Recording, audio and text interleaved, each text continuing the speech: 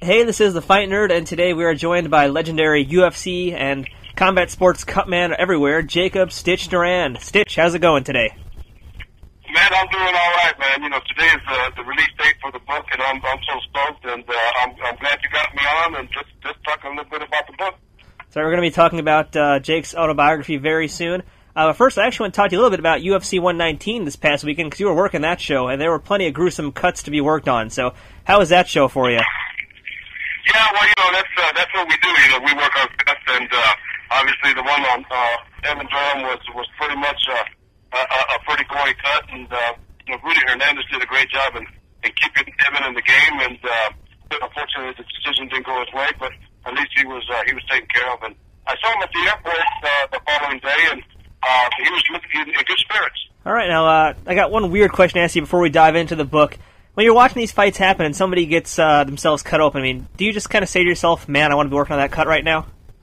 Yeah, well, there's two ways that we work on it, and you know, like the one on Evan Duran, you know, I look at that, and that's a cut that I would love to work on, because you know, we all do a good job in the UFC, but then there's a cut like the one that Diego Sanchez got with BJ Penn, where I'm telling Rudy Hernandez, I said, you know, we say it's better you than me, you know, because there's some cuts that you could do wonders on, and there's some cuts that I don't care how good you are as a cut man, you're not going to be able to close them up, and the one that Diego Sanchez had was pretty gnarly.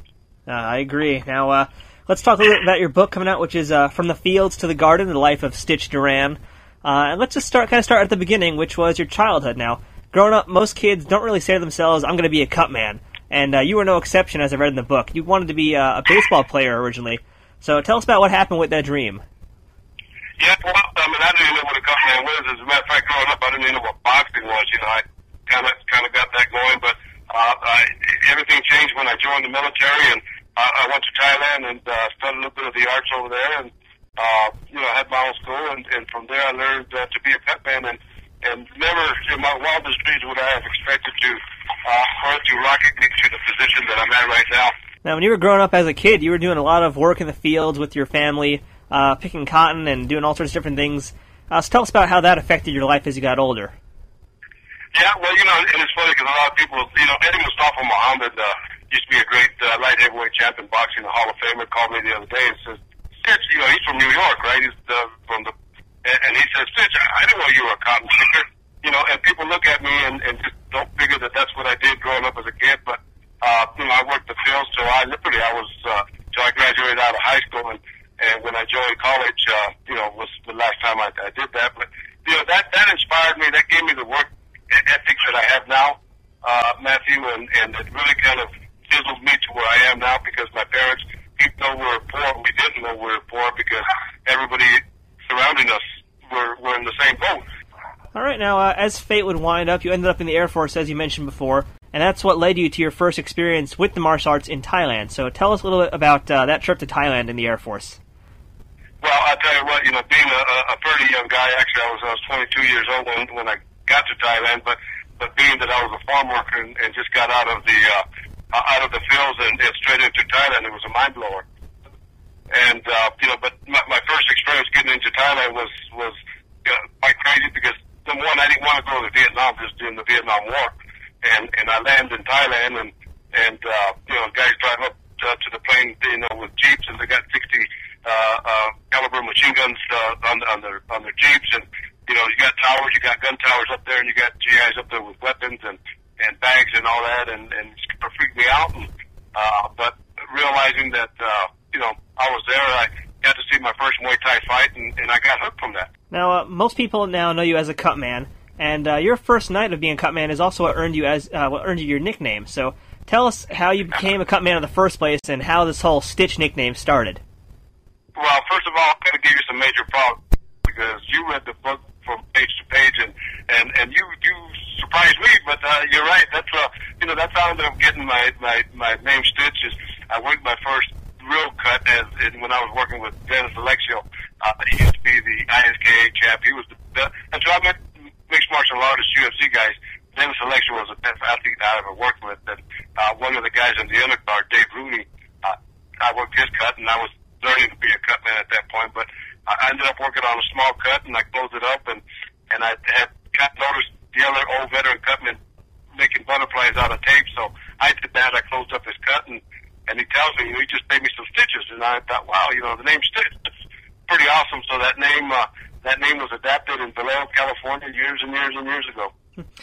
Now, you mentioned in your book also that when you first became a cutman, you really didn't know where to begin looking. I mean, you went to the library, got some medical books out, but there's really no books explicitly on the subject. So how did you learn to become a cutman? You're right, and I try to ask these old veteran cutmen, and one guy literally just blew me off. He told me, F you, I'm taking this to my grave, and you gotta learn like me. I just kind of tried to mimic the cutmen. I'd look at them, on the slide. I'd be in one corner and they'd be in the other, and they'd be doing their stuff, and I just kind of be stealing some techniques from them, and I started applying them, and then I started weighing out some of the things that they did. Some made sense and others didn't make sense, and I started kind of doing things on my own and kind of eliminating a lot of the myths that they did, a lot of the bad habits that they did, and created my own style. And now, because of that incident with that guy that cussed me out, I told myself that I would never be like that, and I would bring education to the table. So, I get emails and phone calls, and people stop me in the dressing rooms and they ask me questions about being a cutman, and I answer them. So I'm not going to be like that guy. Yeah, it's kind of like a mystical profession that isn't really talked about that much, but it's a really important one since, you really do save fights quite often, as you write about in your book. Sometimes, my wife refers to my hands as the $1 million hands, and not because I'm making $1 million, because I make millions of dollars per fight. And, and there's a lot of truth to that, and that's how I get paid, through my satisfaction of knowing that I've changed a fighter's career. There's a lot of pleasure and a lot of honor in doing what I do during those moments. All right, now you mentioned in the book you got started in MMA because you actually knew Dana White beforehand. So tell us a little bit about how you knew Dana White before and how you ended up being in the UFC in the first place. We all had dreams, and Dana came from Boston, and I came from the Northern California, from Fairfield, California, where I had my school, the American School of Kickboxing, and we all moved to Vegas really for the same thing, to be the best that we could be. And at that point, it was only boxing. So I packed up my family, I closed my school, and I took a $25,000 a year cut and pay to move to Las Vegas, and I had known Dana through the circuit, and I used to sell boxing equipment from Mexico, so I used to equipment to Dana, and so we became friends, boxing friends in the gyms, and God, I had seen Dana here, and I was doing a K1 event at the Bellagio, and Dana was in the audience, and we greet each other, and he asked for my business card, and I gave him my business card, and the following day he calls me and said, look, me, Lorenzo, and Frank, we own the UFC now, and we're looking for a cutman. Would you be interested in working with Leon Tabs? And that's how it came to be, and I started in UFC 33, and it's really has changed my whole life forever. And, it's a cutman's dream just to be in the position that I'm at.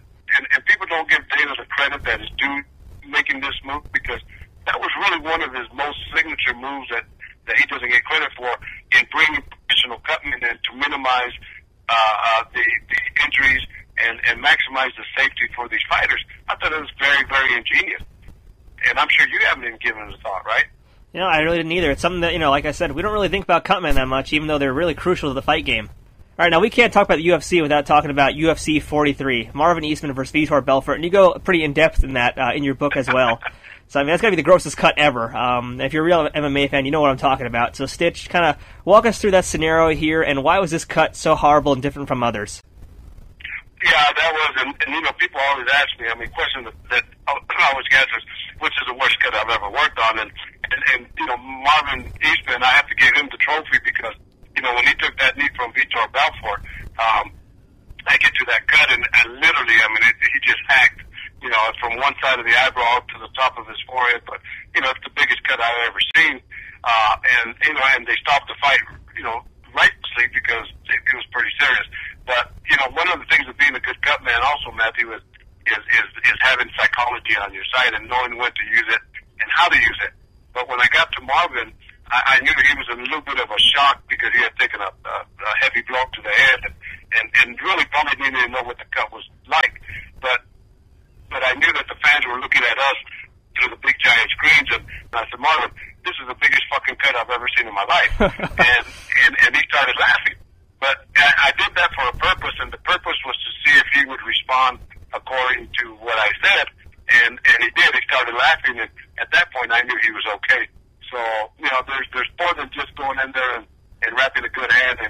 working on a good cut, or even working on swelling. You know, psychology is an important part of being a very good cutman, and that's one of the things that I take a lot of pride in. Now, Marvin Eastman's goat vagina on his forehead aside,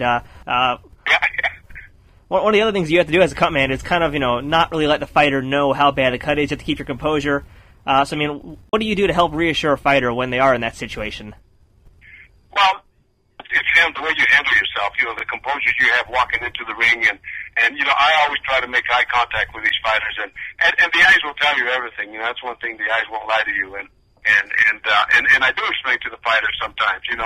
Matt Serra over the weekend, he's getting beat to a pulp by Chris Lido, and I have to, and he's cut, and he's his cuts, and he probably didn't notice, but he had like 4 cuts in a circular motion around his left eye, around the orbital.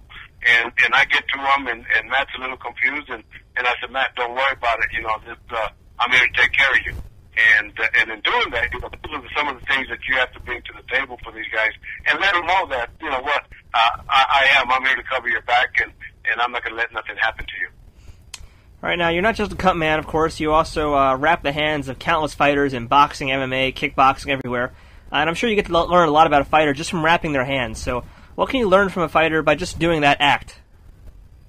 Well, I always learn, number one, a majority of these fighters, when I walk in, are nervous. It's time for them to get their hands wrapped, and, that's the first indication that they're going into battle. And but I like to talk to the fighters, and I like to keep them as relaxed as possible, and kind of bullshit with them, and just kind of give them that confidence, and then I wrap. I ask them if they want a knockout wrap or a tap out wrap, and usually when I give them one or the other, you could just see their confidence level get ready and goes up, and they give you a hug or they give me a hug, and I know that they're mentally prepared and they're physically ready to go out there and do some battle, and and there's rewards that come after the fight. When these guys really appreciate what you've done for them, and even though I don't spend time in the camp with them, and I'm in the dressing room 15 minutes with them, I feel like I'm part of their team. All right, well, I'll take the tap-out wrap, by the way, just in case you're wondering. Now, all right, and next time I see you, I'll wrap your hands, just as a token of appreciation. I will hold you to that. 270 pages later, end of the book. What is the ultimate message you want to give your readers from your story? Well, I think the ultimate message of the book, and first of all, I gotta thank Zach Robinson, the author of the book, and he discovered me through the stories that he had read about me, and realized that there was some value in the stories that I brought to the table. But the thing that I want the fans to understand is when they read this book, they get to see where I come from. So I give them a personality outside of what they see in the octagon. But more so is I give the fighters a personality, and I give them a view that they've never seen before. They get to see them during the action, but they never get to see what happens before, during, or after. And these are the moments that for me they're priceless. I know talking to you, you enjoyed the stories, and I think the fans will enjoy the stories just as well. I agree, and our listeners can check out Jacob Stitch Duran's book, From the Fields to the Garden. Right now, the book is on sale, in fact, and you could read about all the stories with damn near every fighter ever in combat sports. It's a great book, Stitch. I can't wait to see the television movie of it and see who's going to play you in that. Well, Matt, and I'm glad you threw that word out, because you're about the 8th person to throw out the word movie, and I guess that's a compliment in itself, because I think, I was telling my wife just a while ago, this can be a movie, and would it be nice if Sylvester Stallone picked this up and made a movie? Who's going to play you in the movie? Well, I don't know. It'd have to be you, maybe. All right, I'm going to start growing my mustache out. All right, well, Stitch, thank you very much. Good luck with the book, and again, From the Fields to the Garden, The Life of Stitch Duran. It's in stores today. Thank you very much, Stitch. Yep, and then you can go to blackmesabooks.com and Amazon.com and pick up the book. But Matthew, I appreciate it, and I definitely owe you a wrapped hand, and you can keep that as a souvenir from Stitch. We will do that. Thank you very much for your time. All right, thank you, sir.